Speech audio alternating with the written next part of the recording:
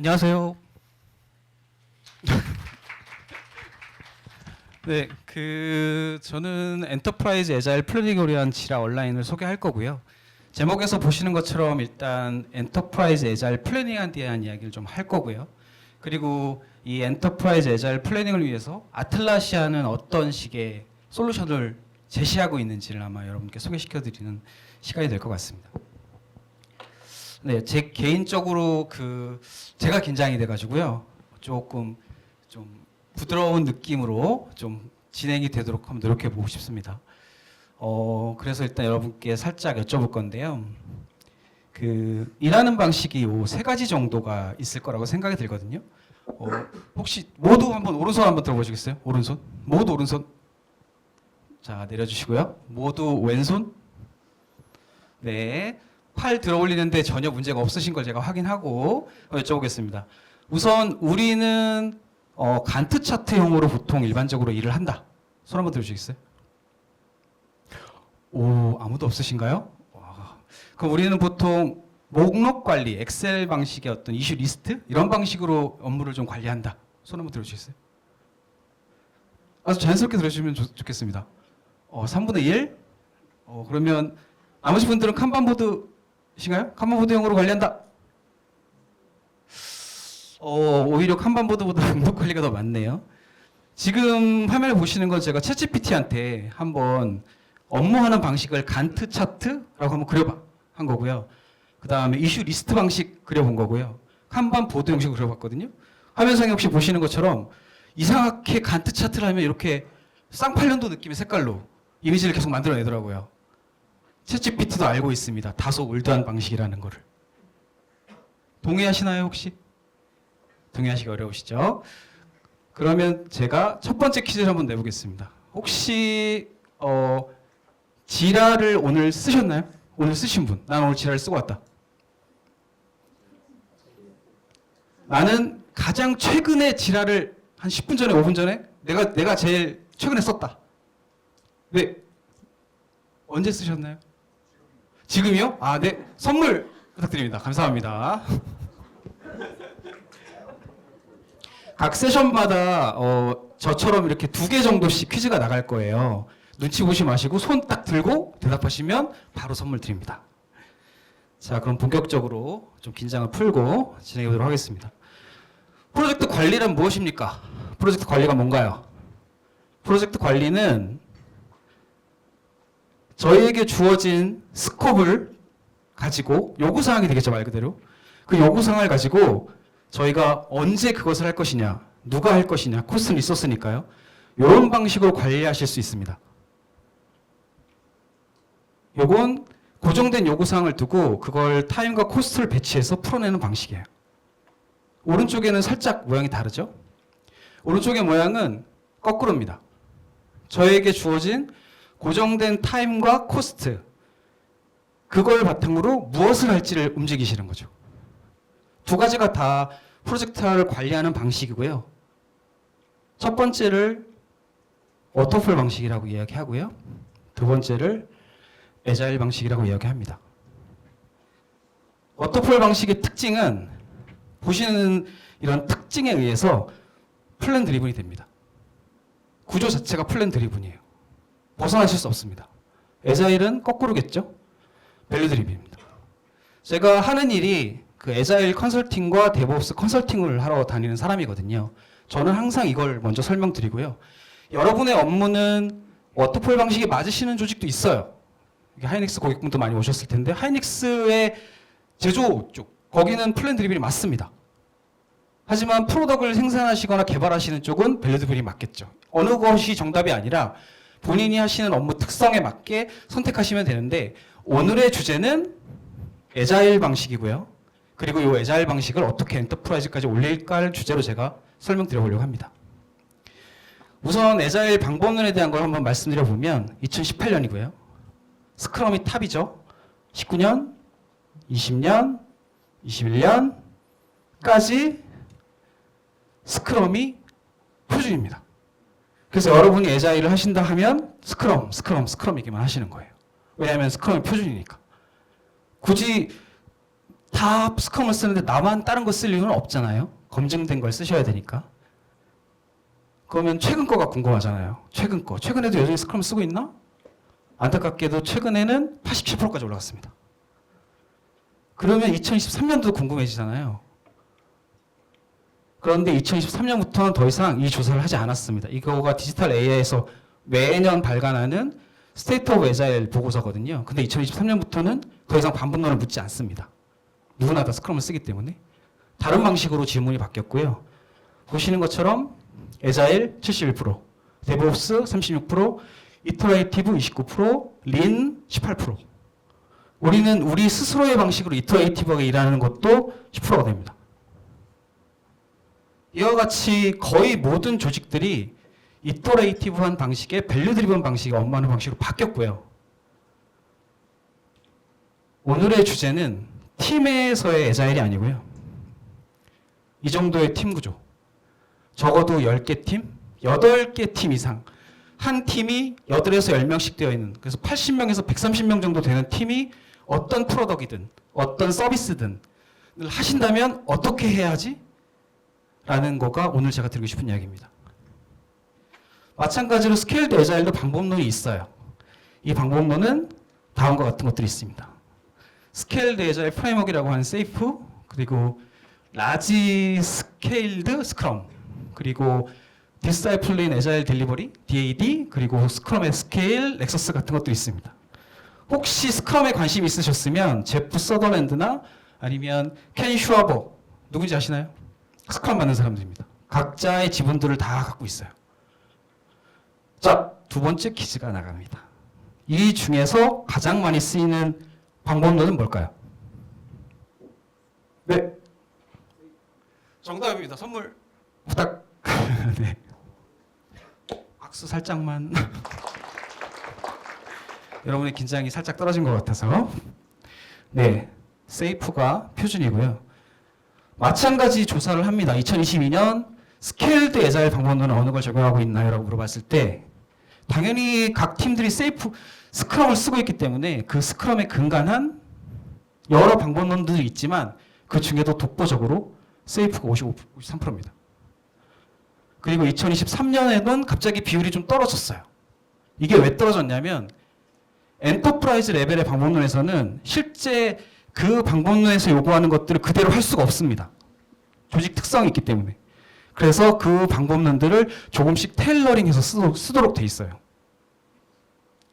그래서 결국은 세이프에 근간한 조금 수정된 방식의 방법론을 적용하고 있습니다. 결국 표준은 세이프죠. 그래서 혹시 여러분이 스케일드 에자일에 대해서 고민을 하시면 일단 세이프라는 거를 알아보시면 좋습니다. 방법론은 됐고요. 방법론 외에 또는 방법론을 구성하는 스케일드 에자일이라고 하는 걸 여러분이 적용하려고 하실 때는 여러분이 고려해야 될 게 여러 가지가 있거든요. 그 중에 몇 가지를 제가 짧게 한번 설명해 드리고 저의 궁극적인 목표인 그 도구에 가도록 하겠습니다. 벌써 시간이 많이 흘렀네요. 주룩주룩. 혹시 밸류스트림이란 말 들어보신 분 계신가요? 밸류스트림. 지나가다 들었다. 오다 주웠어. 아, 역시 제가 사전조사를 봤는데 다들 엔터프라이즈 제 세션에 제일 관심이 없으셨었어요. 네. 예상대로 아무도 손을 안 들어주시는군요. 우선 밸류스트림이라는 것들에 대해서 이해하셔야 되는데 밸류스트림이라는 건 뭐냐면 보시는 것처럼 커스터머가 본인의 니즈를 찾습니다. 그리고 그 니즈를 해소하는 활동을 하죠.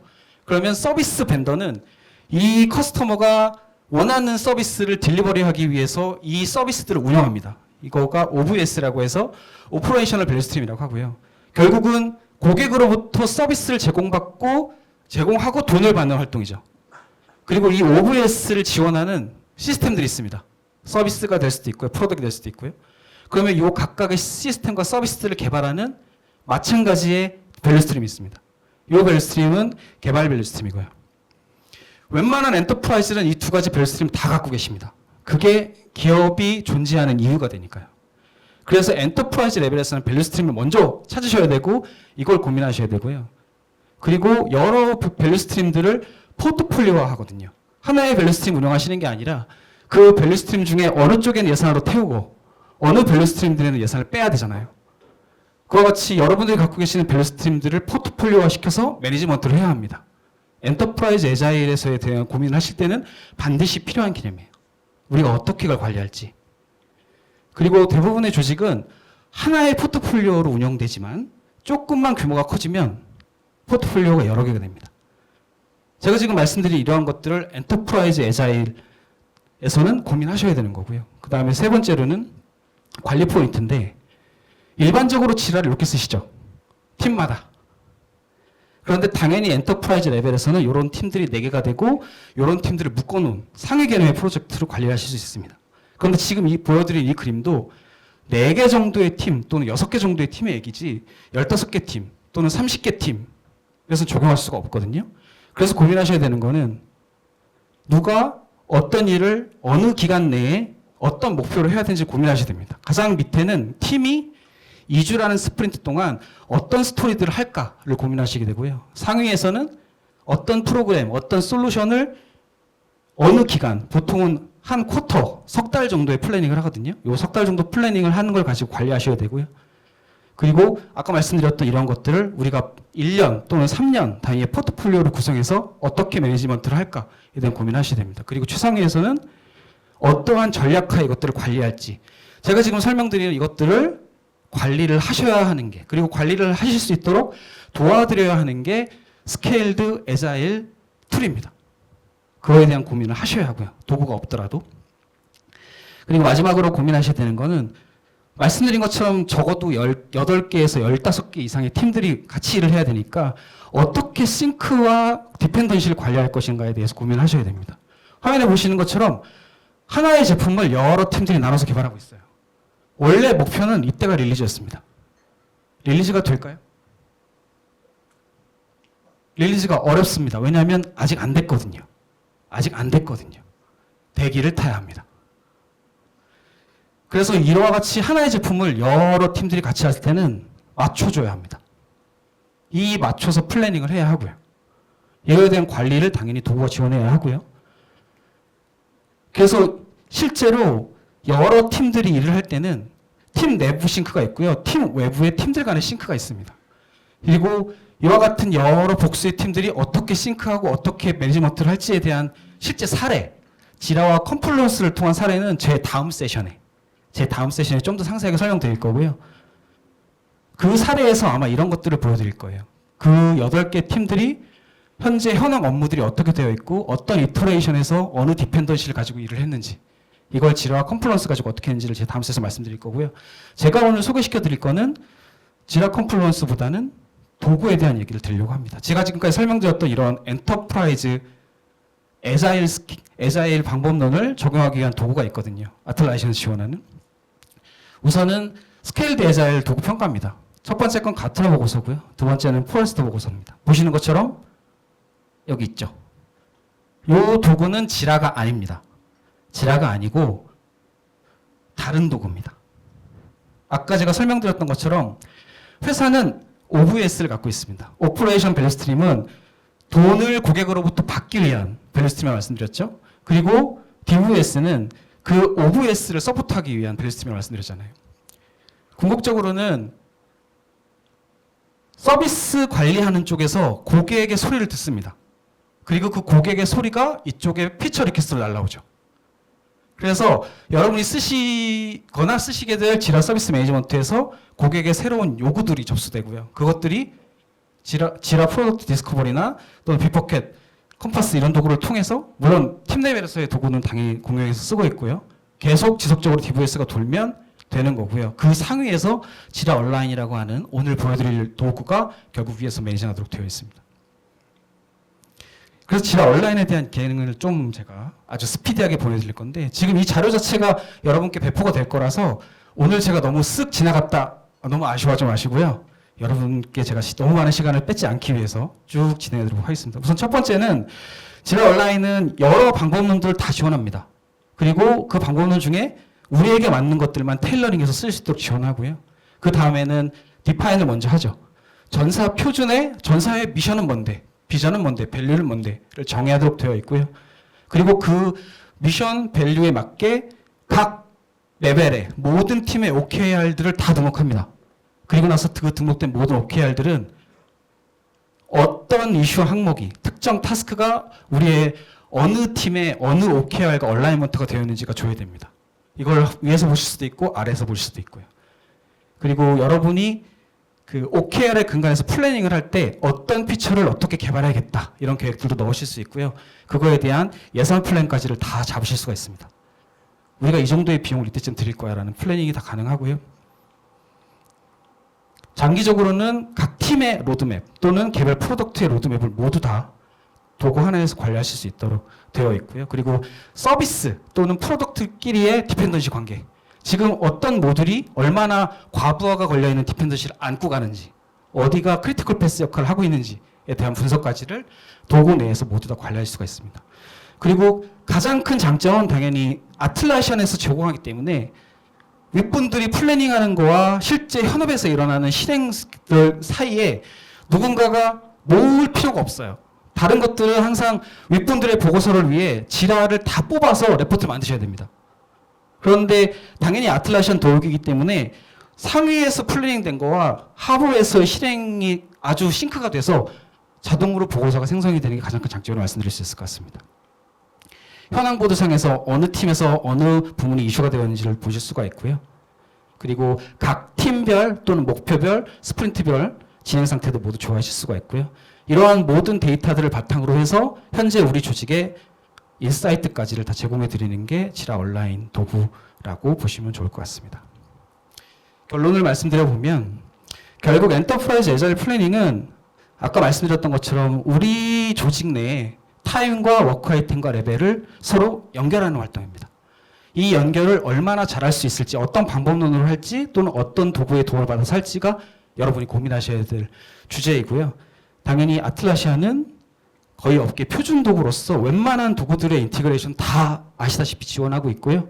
그리고 화면 왼쪽에 보시는 것처럼 우리 조직 내에 니즈를 발견하고 그 니즈를 딜리버하고 그 니즈를 오퍼레이트하는 전체 도구 체인이 있고 그 최상위에 지라 온라인이라는 도구가 있습니다. 그래서 현재는 엔터프라이즈 애자일 플래닝이 아직은 시작이 아닐 수 있으나 여러분이 혹시 이거에 대해서 고민하신다면 언제든 저희 플래티어랑 얘기를 해주시면 저희가 방문드려서 더 상세하게 또는 더 도움이 될 수 있는 것들에 대해서 고민해서 지원을 해드릴 수 있도록 하겠습니다. 네, 감사합니다.